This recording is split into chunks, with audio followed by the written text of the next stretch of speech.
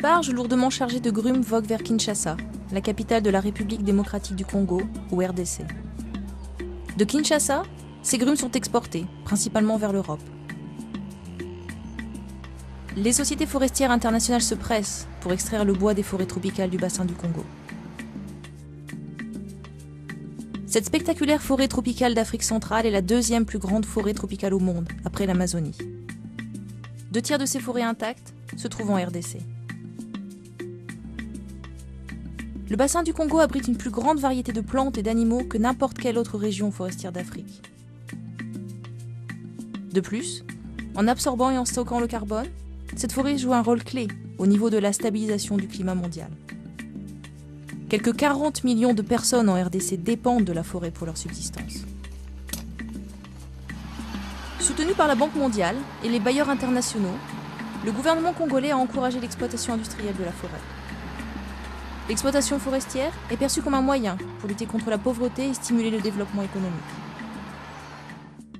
With regard to the work of the World Bank, we're very much focused on poverty reduction, which is also linked with our commitment to sustainable development and our interest in promoting responsible economic growth. We see all 3 of them tied together. Une des politiques de la Banque mondiale consiste à encadrer ce qu'on appelle les cahiers des charges. Des contrats passés entre les exploitants forestiers et les communautés locales. Ces contrats doivent normalement faire bénéficier les populations locales des retombées de l'exploitation forestière.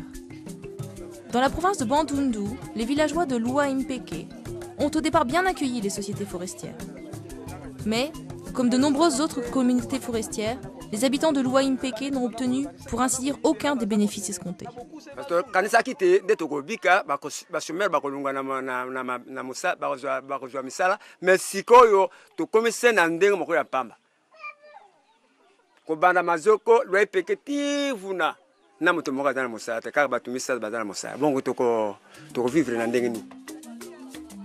Sur les berges du village de Tolo, les chefs de terre se sont rassemblés pour discuter des problèmes liés à ces contrats. Pour la plupart, ces gens ne connaissent pas la valeur de leur forêt. Les sociétés forestières ont obtenu le droit d'y accéder en échange de 3 fois rien. C'était la moitié d'un casier de bière, un sac de sucre, un sachet de sucre 5 kg divisé par 2, 6 barres de savon, encore quoi, un sac de sel, à 2 aussi à diviser. C'était ça. Un propriétaire foncier regarde, interdit sa signature sur un contrat d'exploitation forestière. Il ne parle que la langue locale, le lingala, mais la société forestière lui a fait signer le contrat rédigé en français.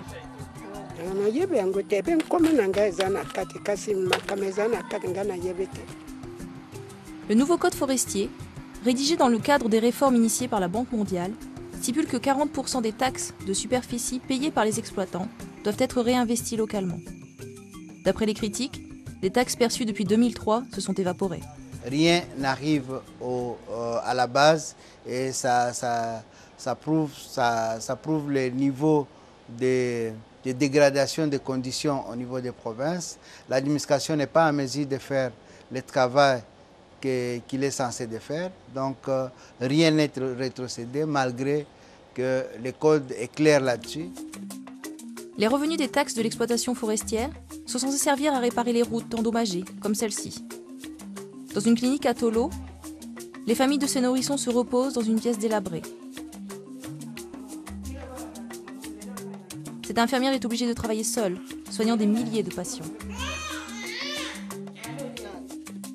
Les maîtres d'école de Beléli prennent tout ce qui leur tombe sous la main pour donner leurs leçons aux élèves. Dans cette école de fortune, le manque de moyens est criant. Vraiment, tout est mauvais. Nous n'avons pas vraiment une très bonne condition. Les enfants étudiaient vraiment avec des difficultés. À propos de cela, on nous a dit qu'il y a des contrats, mais tous ces contrats ne sont pas respectés.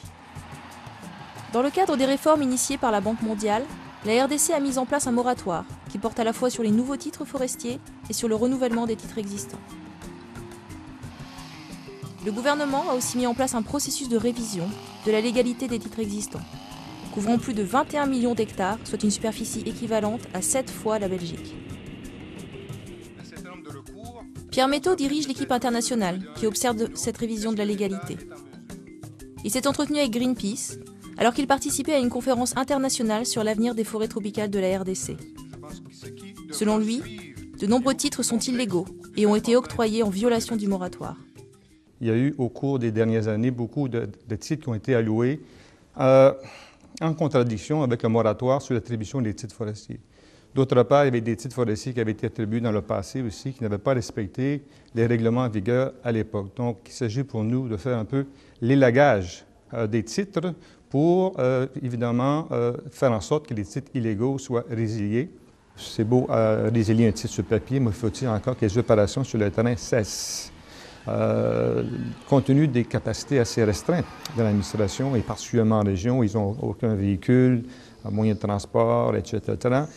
Ezali mwa pasi mingi po ya bapesa biso bamikanda wana kotambola na misala na biso mingi ozokomona kaka badistance ya ndenge boye kotambola na makolo ezali mer à boire il faut kaka biso moko okende osala mwa moke osala location ya bavelo à votre propre frais oya kokoma papa.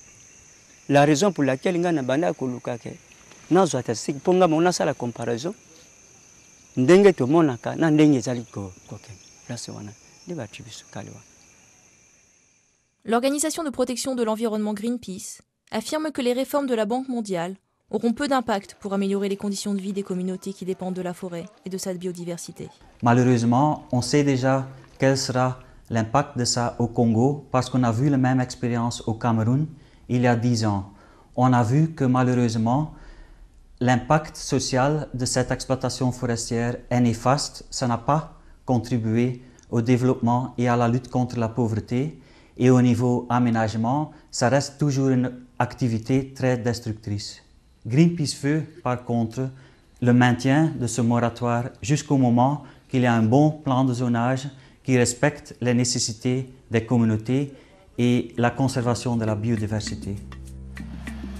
Le gouvernement de la RDC ne dispose pas des moyens de base pour réglementer et contrôler l'industrie forestière.